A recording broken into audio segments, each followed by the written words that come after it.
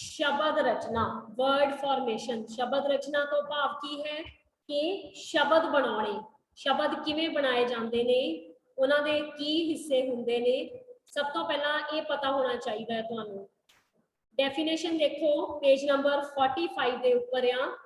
वख-वख नियमां अनुसार किसी एक शब्द तो होर शब्दां दी रचना करन नूं ही शब्द रचना कहा जाता है। कहण तो भाव कि अलग अलग नियम असी अप्लाई करने हुंदे ने, रूल्स अपनाने हुंदे ने, ते जिन्हां तो फिर असी होर शब्दां दा निर्माण कर सकते हाँ, उन्हां नूं शब्द रचना कहा जाता है। इन्हां नियमां राहीं ही शब्दां दी बनतर का पता लगता है। बनतर मतलब फॉर्मेशन, बनावट, कि ये जिहड़े नियम जदों असीं लागू करने ने, अप्लाई करने ने, ते उन्हां तो सानू फिर शब्दां दी बनतर जिहड़ी है वो क्लीयर हुंदी है। सो बनतर के आधार पे ये इंपॉर्टेंट है तुहाडे लई समझना। बनतर के आधार पे शब्द किन्नी तरह के नाल वंडे जाते हैं। दो तरह के नाल। सब तो पहला मूल शब्द ते दूसरा रचित शब्द। ये तुहाडे लई कोई नवे नहीं आ, तुसीं करदे आ रहे हो 7th 8th 9th 10th, detail नहीं कीती हुई आपां, सो उन्हां नूं आपां पढ़ांगे। ठीक है जी।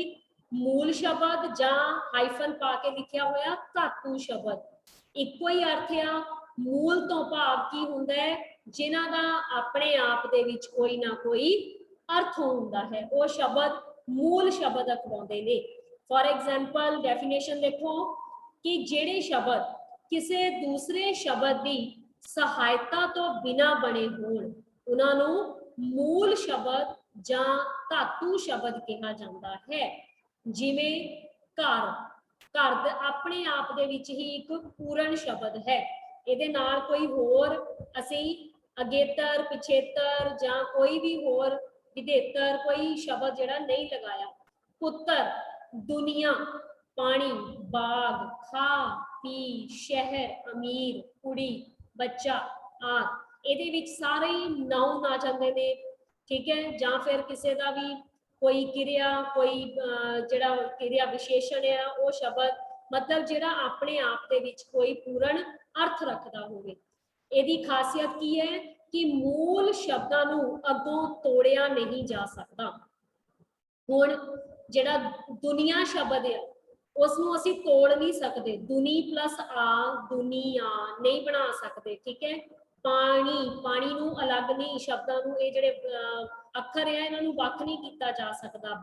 पा अलग, बणी अलग, उन्हां दा अपने आप च फिर कोई भी अर्थ नहीं निकलेगा। सो मूल शब्द जिहड़े आ अगों तोड़े जां वंडे नहीं जा सकते। नैक्सट है सैकेंड, बनतर के आधार पर साडे कोल रचित शब्द। रचित की हुंदे ने? रचना करनी, दोबारा बनाने शब्द जिहड़े वो शब्द जिहड़े किसी होर शब्द जां भावअंश की सहायता नाल बने होण, रचित शब्द अखवाउंदे हन। जिवें हुण साडे कोल मूल शब्द आ कहानी, तां उहदे तो असीं जे अगेतर ला दईए जां पिछेतर ला दईए, साडे कोल की बन जाएगा? कहानीकार। दुनिया तो दुनियादार, इहदे पिछे असीं कार शब्द, दार शब्द ये पिछेतर ला दिता। योग तो अयोग, इहदे मोरे अश जिहड़ा अखर आ वो अगेतर लग गया साडे कोल। घड़ी तो घड़ी साज, घड़ियां बनाउण वाला आदि। ते इन्हां जिहड़े नवे हुण रचित शब्द बने ने, रचना हुई है नवे शब्दां दी, ये भी अपने आप दे विच एक पूर्ण अर्थ जिहड़ा है वो रखते हन। रचित शब्द दो प्रकार के हुंदे हन, समासी ते उत्पन्न शब्द। ये दोनों ही तुहाडे सिलेबस दे विच हैगे ने बेटा जी। ठीक है। समासी शब्द आपां डिस्कस कर रहे हैं, उत्पन्न शब्द अगेतर ते पिछेतर हुंदे ने, राइट, वो भी असीं डिस्कस करने हैं। सब तो पहला जी समासी शब्द। समास का अर्थ हुंदा है जोड़ना। शाब्दिक मीनिंग आ, इनू अंडरलाइन कर लो। पेपर दे विच ये ऑब्जेक्टिव टाइप क्वेश्चन भी पूछा जा सकता है, वन वर्ड क्वेश्चन पूछा जा सकता है कि समास का शाब्दिक अर्थ की हुंदा है, तो आंसर आएगा जोड़ना। वो रचित शब्द ਜਿਹੜੇ ਦੋ ਜਾਂ ਦੋ ਤੋਂ ਵੱਧ ਸ਼ਬਦਾਂ ਦੇ ਸੁਮੇਲ ਨਾਲ ਸੰਬੰਧਕ ਜਾਂ ਯੋਜਕ ਲੱਗ ਕੇ ਬਣੇ ਹੋਣ ਉਹਨਾਂ ਨੂੰ ਸਮਾਸੀ ਸ਼ਬਦ ਕਿਹਾ ਜਾਂਦਾ ਹੈ।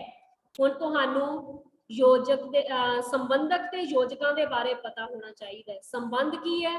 ਜਿਹੜਾ ਇੱਕ ਜਾਂ ਦੋ ਸ਼ਬਦਾਂ ਦੇ ਨਾਲ ਸੰਬੰਧ ਪ੍ਰਗਟ ਕਰਦਾ ਹੈ।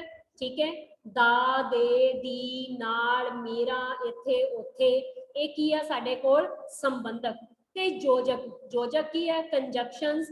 ਠੀਕ ਹੈ, ਜਿਹੜੇ ਕਿ ਦੋ ਸ਼ਬਦਾਂ ਨੂੰ ਆਪਸ ਵਿੱਚ ਜੋੜਨ ਦਾ ਕੰਮ ਕਰਦੇ ਨੇ, ਜਿਵੇਂ ਕਿ, ਕਿਉਂਕਿ, ਅਤੇ, ਤੇ, ਉੱਤੇ, ਵਿਚਕਾਰ, ਇੱਧਰ, ਉੱਧਰ, ਇਹ ਸਾਰੇ ਕੀ ਸ਼ਬਦ ਨੇ?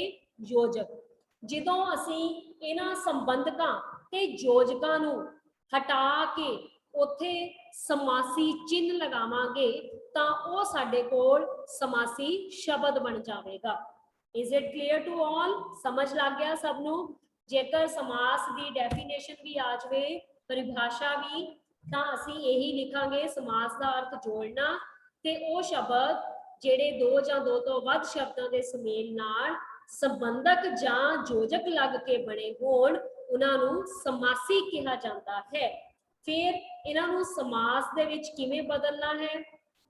ਅਜਿਹੇ ਸ਼ਬਦਾਂ ਨੂੰ ਲਿਖਣ ਵੇਲੇ ਸੰਬੰਧਕ ਹਟਾ ਕੇ ਜੋੜਨੀ ਦੀ ਵਰਤੋਂ ਕੀਤੀ ਜਾਂਦੀ ਹੈ। ਜੋੜਨੀ, ਠੀਕ ਹੈ, ਛੋਟਾ ਹਾਈਫਨ ਜਿਹੜਾ ਹੈ ਉਹ ਲਗਾਇਆ ਜਾਂਦਾ ਹੈ। ਵਿਸਰਾਮ ਚਿੰਨ੍ਹਾਂ ਦੇ ਵਿੱਚ ਆਉਂਦਾ ਹੈ ਇਹ ਜੋੜਨੀ, ਜਿਹੜਾ ਦੋ ਸ਼ਬਦਾਂ ਨੂੰ ਆਪਸ ਵਿੱਚ ਜੋੜਨ ਦਾ ਕੰਮ ਕਰਦਾ ਹੈ। ਸੋ ਉਦਾਹਰਨਾਂ ਦਿੱਤੀਆਂ ਇੱਥੇ ਉਹਨਾਂ ਨੇ, ਪਤੀ ਅਤੇ ਪਤਨੀ, ਸੋਚ ਅਤੇ ਵਿਚਾਰ, ਖੂਨ ਦਾ ਦਾਨ, ਸੇਵਾ ਤੋਂ ਮੁਕਤ, ਹੱਡਾਂ ਨਾਲ ਬੀਤੀ, ਭਾਰਤ ਦਾ ਰਤਨ। ਇਹਨਾਂ ਦੇ ਵਿੱਚ ਅਸੀਂ ਅਤੇ ਦਾ, ਤੋਂ, ਨਾਲ, ਇਹ ਸਾਰੇ ਸੰਬੰਧਕ ਤੇ ਯੋਜਕ ਹਟਾ ਕੇ ਜਦੋਂ ਇਹ ਹਾਈਫਨ ਲਗਾ ਦੇਣੇ ਆ, ਜੋੜਨੀ ਲਗਾ ਦੇਣੀ ਹੈ, ਤਾਂ ਸਾਡੇ ਕੋਲ ਉਹ ਸਮਾਸੀ ਸ਼ਬਦ ਬਣ ਜਾਵੇਗਾ। Is it clear? ਹਾਂਜੀ ਬੇਟਾ ਜੀ, ਸਕਰੀਨ ਨਾਲ ਸ਼ੇਅਰ ਕਰਨੀ ਬੰਦ ਕਰ ਦਿਓ।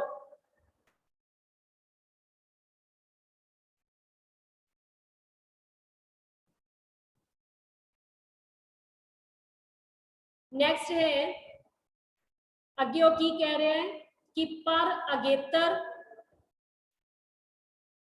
ਜਾਂ ਪਿਛੇਤਰ ਦੀ ਵਰਤੋਂ ਨਾਲ ਬਣਨ ਵਾਲੇ ਕਈ ਸ਼ਬਦਾਂ ਵਿੱਚ ਜੋੜਨੀ ਦੀ ਵਰਤੋਂ ਨਹੀਂ ਵੀ ਕੀਤੀ ਜਾਂਦੀ ਹੈ। ਸੋ ਅਸੀਂ ਇਹਨਾਂ ਸ਼ਬਦਾਂ ਨੂੰ ਯਾਦ ਕਰਨਾ ਆ ਕਿ ਕਈ ਸ਼ਬਦ ਜਿਹੜੇ ਆ ਉਹਨਾਂ ਦੇ ਵਿੱਚ ਅਸੀਂ ਜੋੜਨੀ ਦੀ ਵਰਤੋਂ ਨਹੀਂ ਕਰਦੀ। ਸੋ ਉਹਨਾਂ ਨੇ ਦਿੱਤੇ ਹੋਏ ਨੇ ਕਿਹੜੇ ਕਿਹੜੇ ਸ਼ਬਦ ਆ ਜਿਹੜੇ ਅਗੇਤਰ ਜਾਂ ਪਿਛੇਤਰ ਦੇ ਨਾਲ ਬਣਦੇ ਨੇ। कम प्लस जोर, अत प्लस कथनी, परम प्लस आत्मा, रोशन प्लस दान, सेहत प्लस मंद, ने प्लस डर। ठीक है, कमजोर, अत कथनी, परमात्मा, ਅਸੀਂ ਇਹਨੂੰ ਪਰਮਾਤਮਾ ਨੂੰ ਜੋੜਨੀ ਪਾ ਕੇ ਨਹੀਂ ਲਿਖਦੇ, ਹਾਈਫਨ ਪਾ ਕੇ ਨਹੀਂ ਲਿਖਦੇ, ਪਰਮ ਜੋੜਨੀ ਆਤਮਾ। ਠੀਕ ਹੈ, ਰੋਸ਼ਨ, ਦਾਨ, ਇਹਨਾਂ ਨੂੰ ਇਦਾਂ ਹੀ ਇਕੱਠਿਆਂ ਲਿਖਿਆ ਜਾਂਦਾ ਹੈ। ਸੋ ਇਹਨਾਂ ਸ਼ਬਦਾਂ ਦਾ ਤੁਸੀਂ ਧਿਆਨ ਰੱਖਣਾ ਹੈ। ਨੈਕਸਟ ਹੈ, ਹੁਣ ਇਹਦੇ ਵਿੱਚ ਸਾਡੇ ਕੋਲ ਸਭ ਤੋਂ ਪਹਿਲਾਂ ਦਿੱਤੇ ਹੋਏ ਨੇ ਪੇਜ ਨੰਬਰ 46 ਦੇ ਉੱਪਰ ਸਮਾਸ ਵਿਧੀ ਰਾਹੀਂ ਨਵੇਂ ਸ਼ਬਦ ਬਣਾਉਣ ਦੇ ਢੰਗ। ਸਭ ਤੋਂ ਪਹਿਲਾਂ ਤੁਹਾਡੇ ਕੋਲ ਬੁੱਕ ਦੇ ਵਿੱਚ ਦਿੱਤਾ ਹੋਇਆ ਆ ਸਮਾਨ ਅਰਥਕ ਸ਼ਬਦਾਂ ਦੇ ਸੁਮੇਲ ਤੋਂ। ਸਮਾਨ ਅਰਥ ਮਤਲਬ ਬਰਾਬਰ ਦਾ ਅਰਥ ਰੱਖਣ ਵਾਲੇ ਸ਼ਬਦ। ਓਟ, ਆਸਰਾ, ਓਟ ਅਤੇ ਆਸਰਾ ਇਹ ਸਮਾਨ ਅਰਥੀ ਸ਼ਬਦ ਨੇ। ਓਟ ਦਾ ਮਤਲਬ ਵੀ ਆਸਰਾ ਹੀ ਹੁੰਦਾ ਹੈ ਤੇ ਆਸਰੇ ਦਾ ਮਤਲਬ ਓਟ ਹੀ ਹੁੰਦਾ ਹੈ, ਸਹਾਰਾ ਹੀ ਹੁੰਦਾ ਹੈ। ਠੀਕ ਹੈ, ਇਹ ਸਾਰੇ ਹੀ ਜਿਹੜੇ ਤੁਹਾਨੂੰ ਦਿੱਤੇ ਹੋਏ ਨੇ ਪੇਜ ਨੰਬਰ 46 ਦੇ ਉੱਪਰ 1 ਤੋਂ ਲੈ ਕੇ 62 ਉਸ ਤੋਂ ਬਾਅਦ 79 ਤੱਕ ਪੇਜ ਨੰਬਰ 47 ਤੇ ਆ। ਇਹ ਸਾਰੇ ਕੀ ਹੈ? ਸਮਾਨ ਅਰਥਾਂ ਵਾਲੇ ਸਮਾਸੀ ਸ਼ਬਦ। ਸੋ ਸਾਰੇ ਤਾਂ ਰੀਡਿੰਗ ਪੋਸੀਬਲ ਨਹੀਂ ਆ, ਆਪਾਂ ਥੋੜੇ ਜਿਹੇ ਪੜ੍ਹ ਲੈਂਦੇ ਆ ਕਿ ਕਿਵੇਂ ਇਹਨਾਂ ਨੂੰ ਲਿਖਣਾ ਆ। ठीक है, सो तुसी ये सारे जरूर रीड करने ने। ओट आसरा, ओट आसरा, अमन अते चैन अते कट के जोड़नी लगाती। घड़ी अते पल, पल भी की है समा ते घड़ी भी साडे कोल की है समान अर्थी शब्द रखता है समा।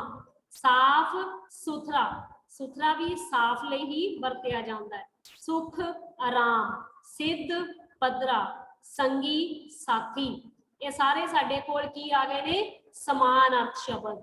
सोहना सुनखा, सोच समझ, सोच अते विचार, साक अते संबंधी। साक दा मतलब भी रिश्तेदार, संबंधी दा मतलब भी रिश्तेदार ही हुंदा है। ठीक है जी। साध अते संत, सिल अते वट्टा, सिलवट्टा जिस दे जे एक पत्थर दा बनिया होया साडे कोल वस्तु हुंदी सी पुराने समयां दे विच, जिहनूं असीं जड़ी बूटियां वैद वगैरह यूज करते हुंदे सीगे, जां घरां दे विच भी मसाले चटनी वगैरह कुटण लई वरतिया जांदा, सिल बट्टा। नैक्सट है सड़िया बलिया, हीला वसीला, घट्टा मिट्टी। ये सारे बेटा जी जिहड़े आ वो साडे कोल 79 नंबर तक समान अर्थी शब्द ने।